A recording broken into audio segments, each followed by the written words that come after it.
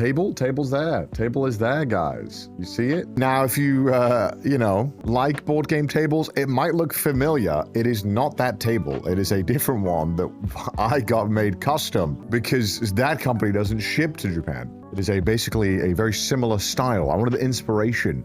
It's cool though. We got your standard cup holder that can go anywhere. The top comes off. It's all magnetically attached. Inside is the game area. Oh god, it's ruined. There's a walnut table. Cup holder can go inside or outside.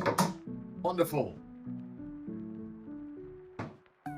All magnetically attaches. But it's a beautiful, beautiful table. Wormwood? No, it's not a wormwood. How it went down is that I had hit up Wormwood like multiple times. I was like, hey, could I get one of your tables?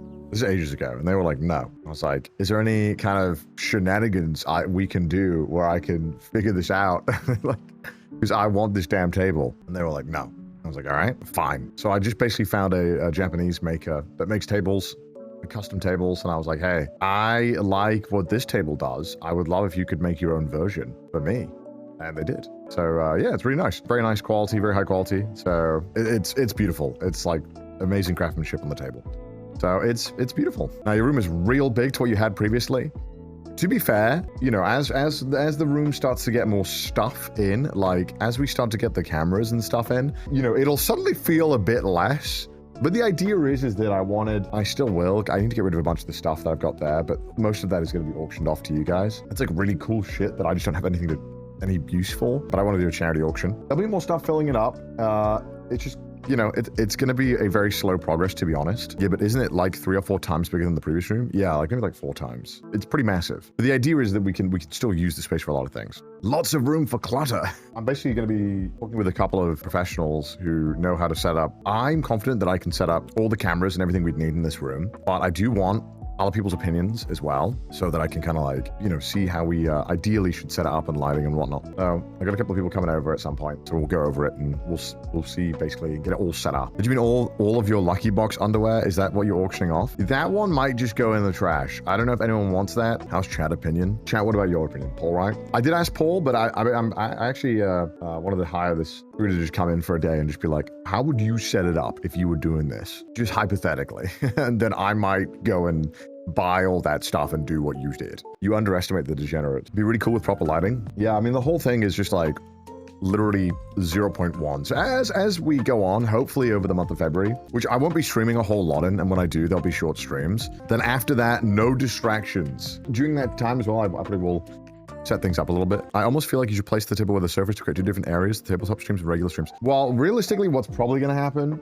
is that the table is not going to be there. Probably going to be moved a bit more over to this wall because the windows here are great, but lighting wise and decoration wise make it a little bit difficult. So the monkey will probably go in this corner, back where it was. The table will probably move a little bit towards there and close to the wall. And then we'll have like a wide shot, probably not too far from where those boxes are. And then like 2 zoom ins. It'll be like that kind of square, and it over there will be mostly kind of taken up. So it'll be mostly over there, but ideally I'm going to put the cameras either attached to the ceiling or going to be on movable tripods. All tripods are movable. Just some easy way to kind of keep it out of the way so that when I'm not doing a board game stream, we can just put it out of the way and we've got it all marked out where it needs to go, etc. Is that table one of the cool gamer tables where the top comes off? Shit. I'll show you. Yes.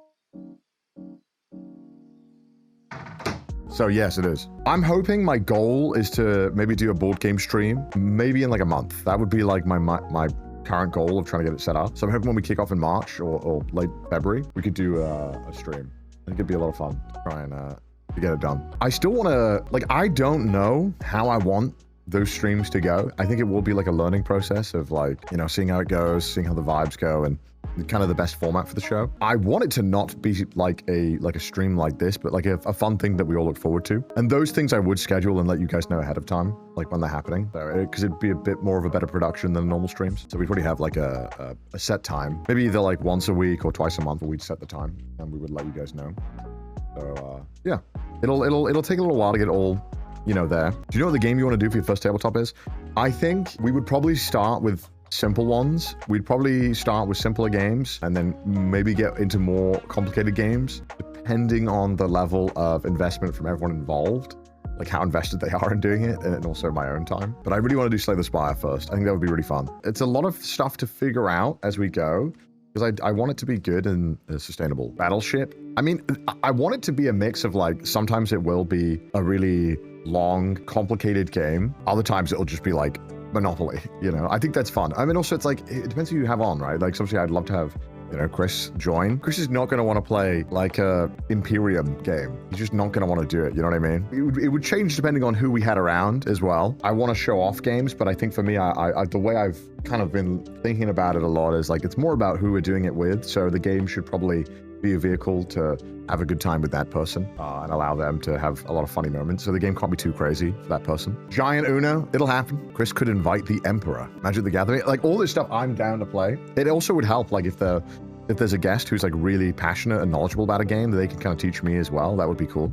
So I'm pretty much open to anything. What I've noticed is that all the TTG websites as well, the estimated time they say is always like, only if you all know the rules perfectly and are willing to not pause is what I've learned. I don't know if it's like true as well for other people who play a lot of board games, but the estimated time to beat a board game is so incredibly off normally. What TTGs have you played? Not that much. So I'm excited to kind of like learn. Always add 1 or 2 hours, right? You think ProZD will join? 100%. If he's here, I'm making him play. Before COVID, our board game group used to stop so much to check the rules. Well, I think that's like why if I was gonna play a pretty complicated game that was like a full, you know, like a full 6-hour stream game, I would probably play the game at least once or twice before, which means that it would probably limit like how many like really like complicated games we can play. Or I would spend a lot of time learning the rules just so that we can go into the stream and that we're not like all checking the rules, right? To be fair, me and my friends play D&D once a fortnight for about 6 to 8 hours. The campaign lasts 3 years. I mean, that's great. If you can get friends that will commit to 3 years of board games, you've got real friends. It's a little harder with YouTubers and streamers. Their schedules are the worst.